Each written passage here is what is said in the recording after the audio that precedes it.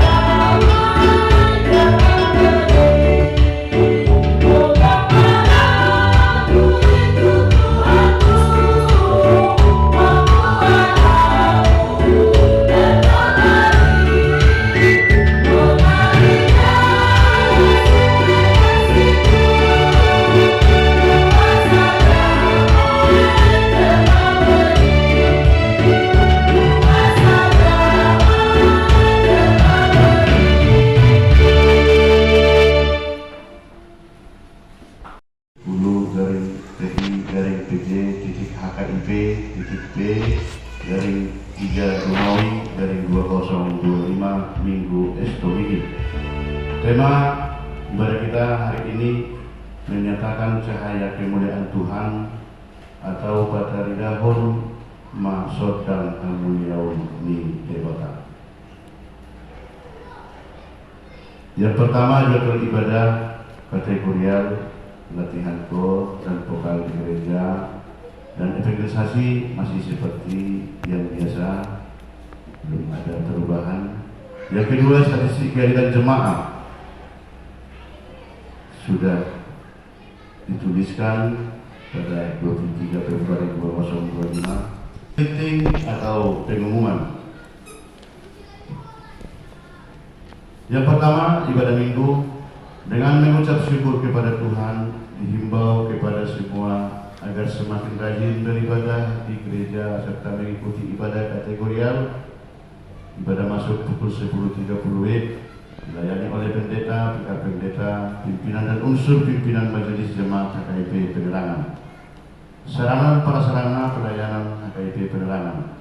Pimpinan majelis jemaat HKIP Penerangan menyampaikan terima kasih banyak terhadap seluruh jemaat dan simpatisan yang bisa tetap hadir beribadah dan yang dapat berbagi tanda syukur melalui persembahan bulanan dan ucapan syukur kepada Tuhan bersama dengan janji iman. Doa kita, Tuhan semakin memberkati kita semua dengan seluruh yang kita kerjakan sesuai yang dikehendaki oleh Tuhan. Yang ketiga, tempat ibadah sebagaimana yang sudah kita ketahui, tetap diwartakan, kita masih tetap beribadah di tempat ini menunggu proses pendirian gereja kita HKIP Penerangan terrealisasi. Mari kita sama-sama berusaha agar rencana kita bisa terwujud atas pertolongan Tuhan. Yang keempat, realisasi keputusan rapat tanggal 16 Februari 2025 untuk merealisasikan keputusan rapat majelis jemaat tanggal 16 Februari 2025, yaitu poin pertama, bulan Maret kita sudah mulai kumpulkan kewajiban minimal 100.000 per kakak khusus untuk biaya pembelian tanah lokasi berdirinya gereja kita HKIP Penerangan Jambi. Ini penting diuraikan Bapak Ibu, sebagaimana rapat kita yang sudah terlaksana tanggal 16, bahwa kita secara serempak berusaha agar bisa kita tetap memprogramkan untuk membayar tanah yang sudah kita ketahui bersama atas kemampuan kita yang sistem pinjam belum terrealisasi, sehingga kita usahakan dengan cara supaya semuanya kita berpartisipasi untuk memberikan sesuai dengan keputusan rapat kita. Ini pertama, kita membuatkan suatu bentuk target. Selama ini persembahan bulanan pun tidak ada kita buat nominalnya, tetapi kita tetap maju. Tapi sekarang mengingat kondisinya yang waktu berjalan terus, ya mungkin kita tidak bisa sampai 5 tahun lagi di sini. Sebaiknya kita sama-sama berusaha. Ini masih keputusan rapat tanggal 16, sehingga mulai bulan 3 sudah kita realisasikan per keluarga untuk mengumpulkan dana untuk pembelian lahan yang sudah kita ketahui. Bapak Ibu yang dikasihi oleh Tuhan, seturut dengan itu, dalam harapan kita semua, Tuhan akan memberkati seluruh pekerjaan kita. Dan suatu kebanggaan bagi kita Bapak Ibu, kalau seandainya hanya satu orang yang memberikan tanah untuk gereja itu tadi, hal yang kejadian di gereja tetangga kita lihat, udang do negara di orang Lomona. Di Bulu Sudi itu kita makan rekod tenangan Provinang, saya dulu dengan Somonon, bahwa itu merupakan milik kita. Tidak usah takut, tidak usah ragu bahwa Tuhan tetap mendongani kita di atas luhur ulau nang memuji pasangapun Tuharta Mabitehon. HKIP penerangan. Tung adong pihak kawas teoria na sekolah terbeban dengan fokus nasional. Kami yakin di gereja tetangga adong do hal-hal kewajiban untuk pembangunan jalan buat kami nominal dinasida dope no berga-berga atau las marwata lahu pasangap perdebata lahu pahatopon pabunguhon lahu bar Tuhan jongan nibuliata HKIP penerangan. Nabali mahon ibadah minggu 9 Maret 2025 kita akan laksanakan ibadah menggunakan bahasa Batak Tuhan. Yang keempat, renungan dari Alkitab dan dari Bibel untuk 1 minggu ke depan sudah dituliskan. Mari kita berikan waktu untuk memohon kekuatan supaya Tuhan tetap memampukan kita menjalani hari-hari yang Tuhan berikan kepada kita melalui pembacaan atau renungan yang tersedia. Laporan keuangan mingguan. Bagimulah puji-pujian di Sion, ya Allah, dan kepadamulah orang membayar majar, dikatakan di Mazmur 65 ayat 2. Yang berikut persembahan pertama, kedua, dan ketiga. Begitu juga pengeluaran sudah tertera di situ Bapak Ibu, bersama dengan rekapitulasi pemasukan dan pengeluaran hingga minggu tanggal 21 bulan 2025 atau minggu hari ini sudah diuraikan. Kas pembangunan sudah tertera juga, begitu juga usaha gereja, dan dengan sudah kita mulai dari bulan 3 ini, termasuk di sini ada daftar kewajiban jemaah perkata untuk pembelian tanah lokasi berdirinya HKIP penerangan minimal 100.000 per kakak sesuai keputusan rapat jemaat Minggu 16 Februari 2025. Yang pertama dari Ketua Pimpinan Borusi Hotang 100.000, dan yang selanjutnya harapan kita kalau ada tertulis 100.000 mungkin di antara Bapak Ibu dengan mudah-mudahan ada yang bisa menambahkan. Tuhan akan semakin memberkati seluruh yang kita pikirkan dan yang kita akan rencanakan untuk hari-hari berikutnya. Roma 15 ayat 7 mengatakan, sebab itu terimalah satu akan yang lain, sama seperti Kristus juga telah menerima kita untuk kemuliaan Allah.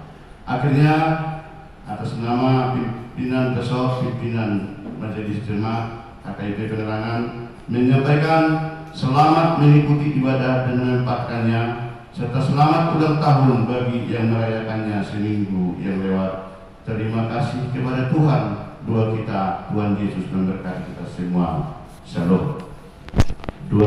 Pemikiran kami di dalam Yesus, kita berdoa. Bapak Ibu serta saudara-saudari terkasih dalam Tuhan Yesus Kristus, firman Tuhan pada minggu Estomini pada saat ini tertulis di dalam Keluaran pasal yang ke-34 ayat yang ke-29 sampai ayat yang ke-35. Keluaran 34 ayat 29 sampai dengan ayat yang ke-35 kita membacanya secara responsoria mulai dari ayat yang ke-29. Demikian. Ketika Musa turun dari Gunung Sinai, kedua hukum Allah ada di tangan Musa ketika ia turun dari gunung itu. Tidaklah ia tahu bahwa kulit mukanya bercahaya oleh karena ia telah berbicara dengan Tuhan. Ketika Harun dan segala orang Israel melihat Musa, tampak kulit mukanya bercahaya, maka takutlah mereka mendekati dia. Tetapi Musa memanggil mereka, maka Harun dan segala pemimpin jamaah itu berbalik kepadanya dan Musa berbicara kepada mereka. Sesudah itu mendekatlah seorang Israel, lalu disampaikannya kepada mereka segala perintah yang diucapkan Tuhan kepadanya di atas gunung Sinai. Setelah Musa selesai berbicara dengan mereka, diselubunginya lah mukanya. Tetapi apabila Musa masih menghadap Tuhan untuk berbicara dengan dia, ditanggalkannya lah selubung itu sepenuhnya keluar. Dan apabila ia keluar, dikatakannya lah kepada orang Israel bahwa yang diperintahkan kepadanya. Apabila orang Israel melihat muka Musa, bahwa kulit muka Musa bercahaya, maka Musa menyelubuhi mukanya kembali sampai ia masuk menghadap untuk berbicara dengan Tuhan. Sampai sejauh pembacaan firman Tuhan kita bernyanyi.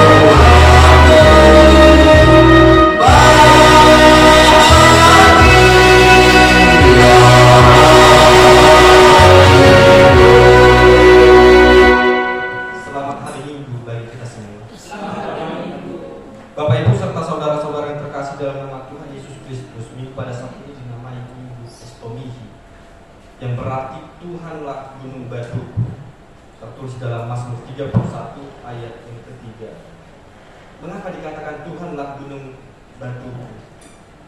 Karena di dalam buku Mazmur tadi, pemazmur merasa aman, pemazmur merasa nyaman dalam perlindungan Tuhan. Dia merasa bahwasanya ketika Tuhan memberkati dia, ketika Tuhan menjaga pemazmur tadinya dari segala ancaman musuh, dari segala ancaman orang-orang yang berlawanan dengan dia menyerahkan hidupnya kepada Tuhan. Sehingga dia menyatakan Tuhanlah gunung batuku. Karena memang pada dasarnya gunung batu adalah gunung yang kokoh, pertahanan bangsa Israel pada masa itu untuk berlindung daripada musuhnya. Hal ini pun berkaitan dengan firman Tuhan pada saat ini. Ketika Musa naik ke gunung Sinai, dia dibenci oleh banyak orang. Dia dinyatakan tidak ada lagi, bahkan dia dinyatakan mati ketika dia naik ke gunung Sinai 40 hari 40 malam. Tetapi dia tidak mempedulikan hal itu karena dia menyerahkan hidupnya. Sebab Tuhanlah yang menjaga dia, karena Tuhan adalah gunung batu bagi dia. Kalau kita melihat di pasal yang ke-32, pasal yang sebelumnya, di mana ketika masa Musa naik ke atas gunung Sinai untuk menerima batu daripada Allah dengan tujuan untuk menertibkan bangsa Israel yang dikatakan adalah bangsa yang tegak tengkuk, bangsa yang bebal, dan bangsa yang jauh daripada Allah. Ketika Musa naik ke gunung Sinai 40 hari 40 malam lamanya, bangsa Israel merasakan kekhawatiran mereka merasa takut. Pemimpin mereka tidak kembali telah lama. Jadi mereka berpikir bahwasanya Musa itu telah mati. Sehingga mereka menunjuk Harun yang semasa itu adalah sebagai juru bicara daripada Musa untuk membuat patung lembu emas. Dan kembali lagi bangsa Israel jatuh ke dalam dosa yang sama, yaitu penyembahan berhala. Mereka rela menyerahkan semua harta benda mereka, emas, perak, bahkan tembaga mereka untuk membuat patung lembu emas yang tiada artinya. Sehingga karena hal inilah Tuhan murka kepada bangsa itu. Yang tadinya Tuhan akan menyertai bangsa ini akan sampai kepada tanah Kanaan. Karena keberdosaan tadi Tuhan murka, bahkan Tuhan menyatakan di pasal yang ke-33 Tuhan berhenti untuk menyertai bangsa ini. Kenapa? Kembali lagi karena keberdosaan mereka. Bangsa Israel mereka selalu identik dengan dosanya. Makanya ketika kita mendengar khotbah bangsa Israel selalu dinyatakan dosanya. Lalu apa kelebihan daripada bangsa Israel? Bangsa Israel adalah bangsa umat pilihan Allah. Sekalipun Tuhan jauh, sekalipun Tuhan murka akan bangsa ini, Tuhan tetap mengasihi. Tuhan panjang sabar dan tanpa batas. Tuhan tetap mengingat bangsa ini sebagai bangsa umat pilihan Allah. Bahkan tadi saya katakan di pasal yang ke-33, ketika Allah murka sekalipun, Allah tetap menemani mereka sampai ke perjalanannya. Dengan perantaraan Musa sebagai ahli Allah, yang menyatakan permohonan maaf, sehingga mereka melepaskan semua perhiasan mereka sebagai tanda penyesalan dosa mereka pada saat itu.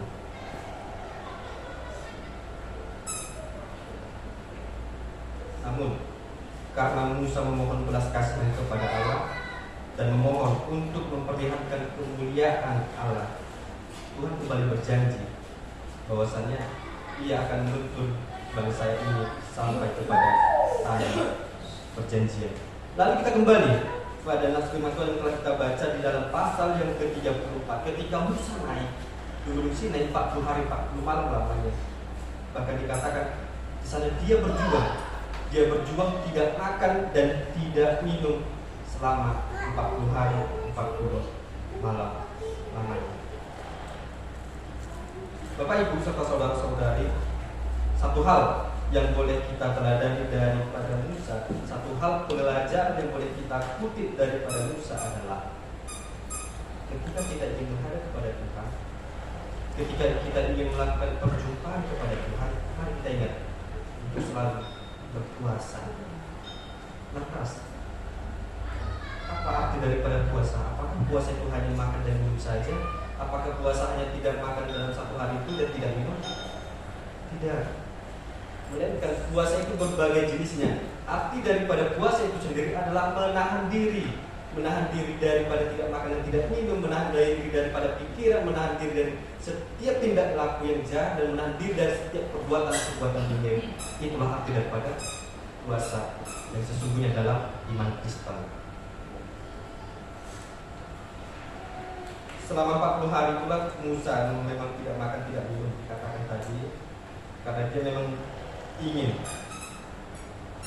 berjumpa dengan Tuhan itu secara khusyuk, berjumpa dengan Tuhan secara mendalam, agar terjadi hubungan yang intim antara Musa dan Allah itu sendiri, supaya terjadi kekhusyukan dan keteguhan dalam menghadapi perjumpaan dengan Tuhan. Memang perjumpaan secara umum kepada Tuhan yaitu melalui peribadahan setiap minggunya. Lantas, apakah cukup hanya secara umum itu saja? Tidak. Perjumpaan dengan Tuhan dapat kita lakukan secara pribadi dengan kita meneduhkan hati, masuk ke kamar dengan sunyi, dan melipat tangan serta berdoa kepada Tuhan. Itulah perjumpaan dengan Tuhan secara pribadi. Kita ungkapkan semua isi hati, kita ungkapkan semua permohonan, dan kita ungkapkan semua keluh kesah kita kepada Tuhan. Memang Tuhan tidak langsung menjawab ketika kita berdoa, Tuhan langsung menjawab layaknya komunikasi sesama manusia, tidak. Tapi ada saja cara Tuhan untuk menjawab doa kita. Dan perlu kita ketahui, Tuhan akan mewujudkannya bukan apa yang kita mau, tetapi apa yang kita perlukan.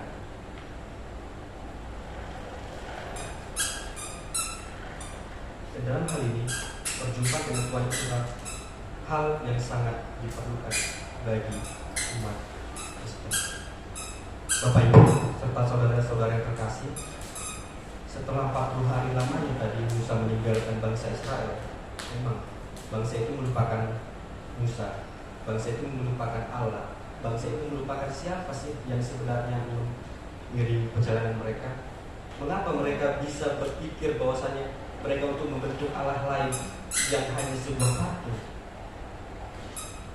Sehingga Allah memperbaharui buah batu tersebut yang berisi 10 hukum Taurat. Bapak Ibu, ada 3 fungsi hukum Taurat. Yang pertama yaitu menuntun. Hukum Taurat itu menuntun kita untuk melakukan apa yang Tuhan perintahkan dalam 10 hukum tersebut, bukan untuk menyelamatkan kita, tidak, melainkan menuntun kita. Dan yang kedua, memagari. Hukum Taurat memagari kita untuk setiap tindak laku yang berpaling, yang berlawanan dengan hukum Taurat tersebut. Yang pertama sampai dengan yang ke-10. Dan yang ketiga adalah sebagai cerminan. Hukum Taurat adalah cerminan daripada kasih Allah kepada manusia dan kasih manusia kepada Allah. Dan itulah yang harus kita lakukan. Hukum Taurat menuntut, memagari, dan cerminan. Kalau kita mendengar perkataan-perkataan orang, hukum Taurat adalah menyelamatkan manusia dari dosa, tidak. Tidak ada jaminan satupun hukum Taurat menyelamatkan manusia, tapi hukum Taurat itu menuntun, memagari, dan sebagai cermin. Dan ketika Musa telah memberikan 10 hukum Taurat itu kepada bangsa Israel, ketika dia turun dari Gunung Sinai, tampaklah wajah Musa itu ketika melakukan perjumpaan dengan Tuhan, tampaklah wajah Musa bercahaya, memancarkan cahaya terang Kristus. Nah, hal ini digambarkan ketika kita beribadah sekalipun. Apakah ibadah itu biasa-biasa saja? Atau yang mulanya kita datang secara bersukacita dan ketika pulang kita merasa biasa-biasa saja setelah mendengarkan nyanyian korban. Lalu di dalam kita mengikuti ibadah, apakah kita semakin nyaman atau semakin terberkati setelah ibadah tersebut, atau justru semakin kacau dan semakin bimbang? Dan apakah setelah kita pulang beribadah rasanya kita semakin sangat-sangat bersemangat, atau sebaliknya sangat-sangat malas? Bapak Ibu serta saudara-saudara yang terkasih, hendaknya melalui firman Tuhan pada saat ini, melalui nas firman Tuhan yang baru saja kita baca, dan melalui tema pada saat ini yang mengatakan tadinya, menyatakan cahaya kemuliaan Tuhan, hendaknya ketika kita melakukan perjumpaan dengan Tuhan, kita membawa perubahan diri. Kita membawa perubahan diri bagi hati kita, bagi diri kita, dan kita memancarkan cahaya Allah melalui karakteristik kita, melalui perwujudan kasih Allah dalam hidup kita. Dan satu lagi, gereja bukanlah sarana untuk kita mendapatkan keselamatan, tetapi gereja adalah tempat kita belajar.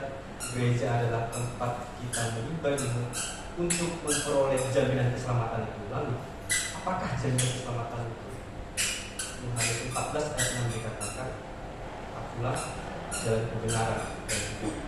Tidak ada seorang pun yang datang kepada Bapa kalau tidak melalui Aku." Artinya Tuhan Yesuslah jaminan itu. Lalu bagaimana kita dapat untuk mendapatkan jaminan tersebut? Yaitu dengan iman kepercayaan kita kepada Yesus. Lantas bagaimana cara kita untuk beriman kepada Yesus? Iman timbul dari pendengaran firman Tuhan. Kiranya firman Tuhan pada minggu saat ini dapat menguatkan kita, dan kita dapat memancarkan kasih Allah, perwujudan kasih Allah melalui kehidupan kita sehari-hari sebagai orang yang percaya kepada Tuhan. Amin. Kita bernyanyi.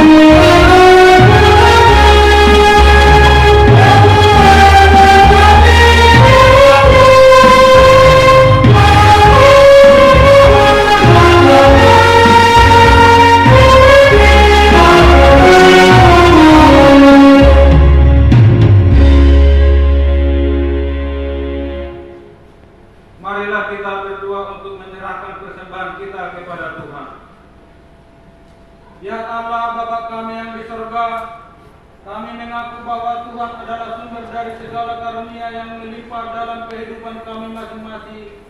Sebahagian daripada karunia itu kami serahkan kembali sebagai persembahan kami kepadamu. Terima dan berkatilah persembahan umat-Mu ini, agar dapat kami pergunakan untuk pekerjaan dan pelayanan kerajaan Tuhan di dunia ini. Bukalah hati kami untuk mengenal betapa banyak berkat dan karunia yang kami peroleh dari Tuhan, supaya kami senantiasa bersyukur kepadamu di dalam nama Tuhan Yesus Kristus Tuhan kami. Amin. Marilah kita sama-sama mengucapkan doa Bapa kami. Bapa kami yang di surga, dikuduskanlah namamu, datanglah kerajaanmu, jadilah kehendakmu di bumi seperti di surga. Berilah kami pada hari ini makanan kami yang secukupnya, dan ampunilah kami akan kesalahan kami, sekiranya kami telah mengampuni orang yang bersalah kepada kami. Dan janganlah membawa kami ke dalam pencobaan, tetapi lepaskanlah kami daripada yang jahat. Karena Engkau yang punya kerajaan dan kuasa dan kemuliaan sampai selama-lamanya. Amin. Marilah kita membawa berkat daripada Tuhan. Tuhan memberkati kita dan melindungi kita. Tuhan menyinari kita dengan wajah-Nya dan memberi kita kasih karunia. Tuhan menghadapkan wajah-Nya kepada kita dan memberi kita damai sejahtera. Amin.